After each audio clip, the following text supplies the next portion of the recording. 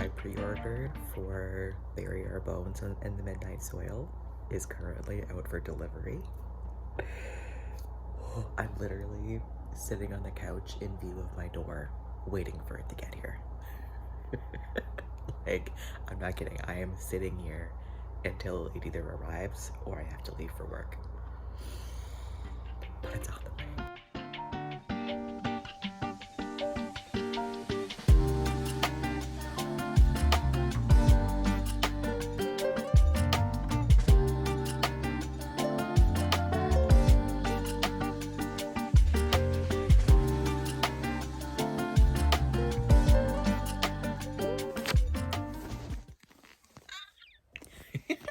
It's here!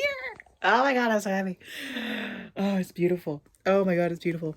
This sticker, the sticker comes off. This signed edition sticker will come off. Thank you. Thank you, Schwab.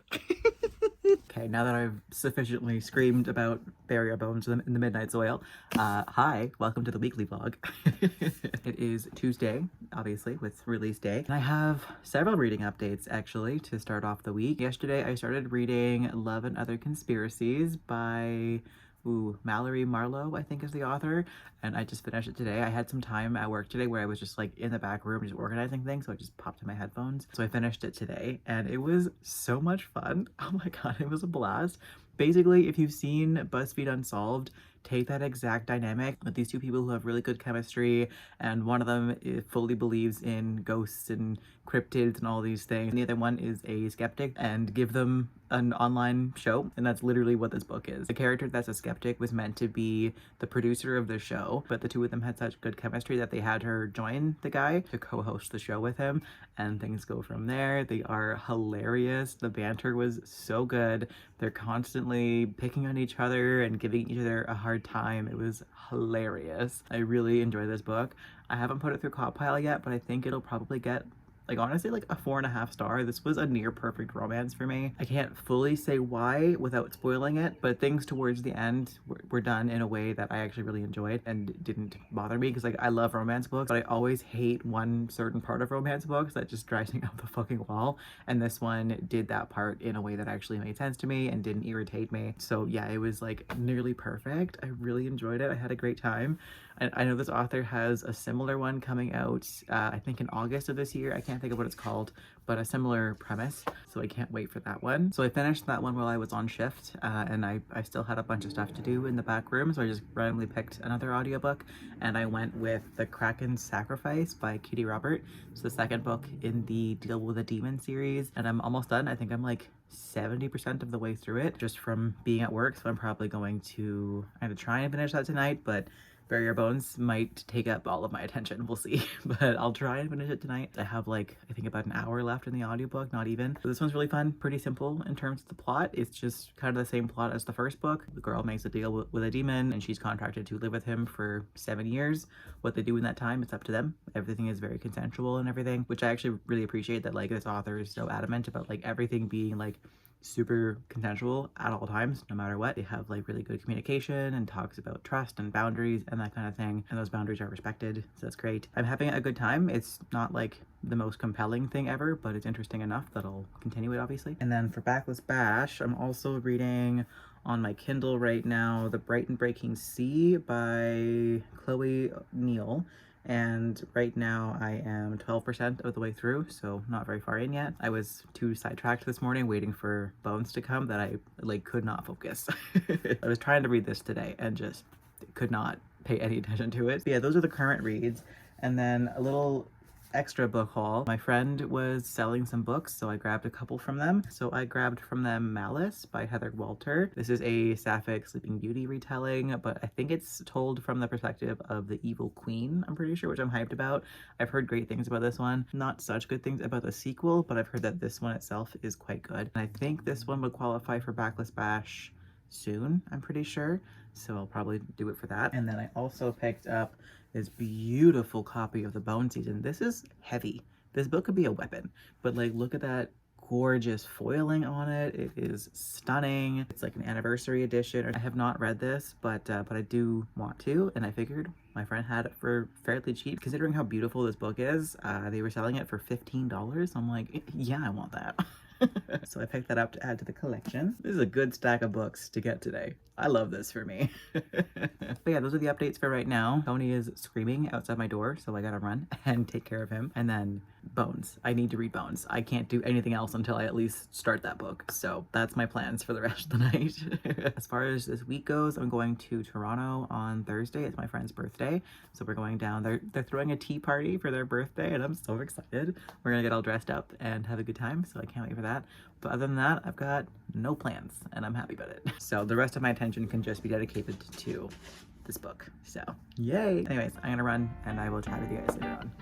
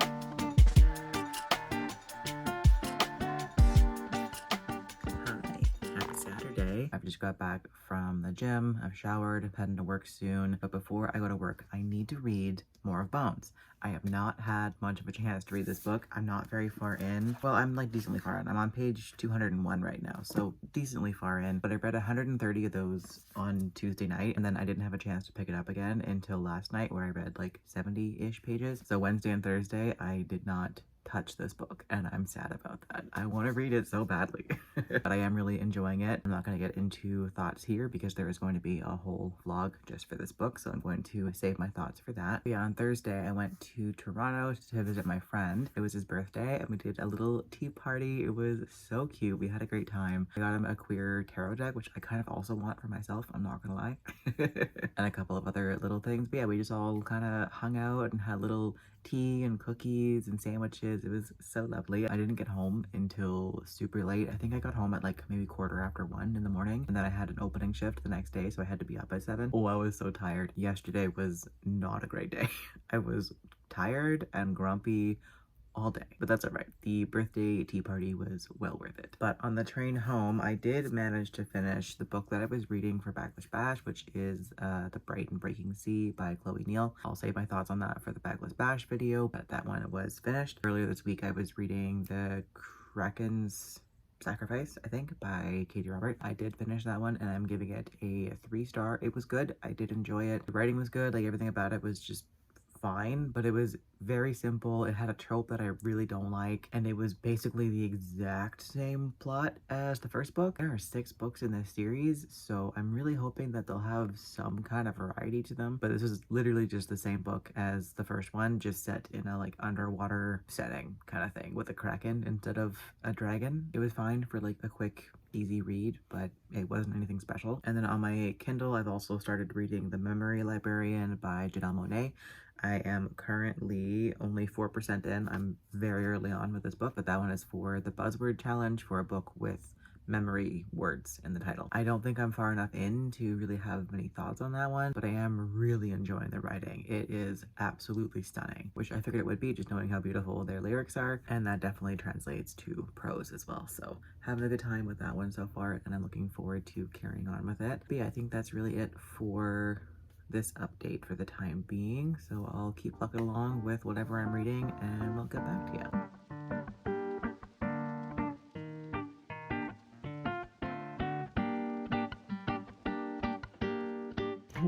Oops. Hi, it is Monday evening, so time to wrap up the vlog. I don't have too many updates since last we spoke. I didn't do a whole lot of reading, except for the fact that I read a whole book. Blatantly just lie to you. On Saturday when I was at work, I spent the majority of my shift continuing to deep clean the back room, so I had ample time for audiobooks. So I ended up picking up Just a Pinch of Magic by Alechia who is one of my favorite authors. She's written, I think, 3 YA sci-fi that I absolutely adore. Can't think of the names, but I have all of them. One of them is The Sound of Stars, there's The Kindred, and I think A Song of Salvation, I'm pretty sure.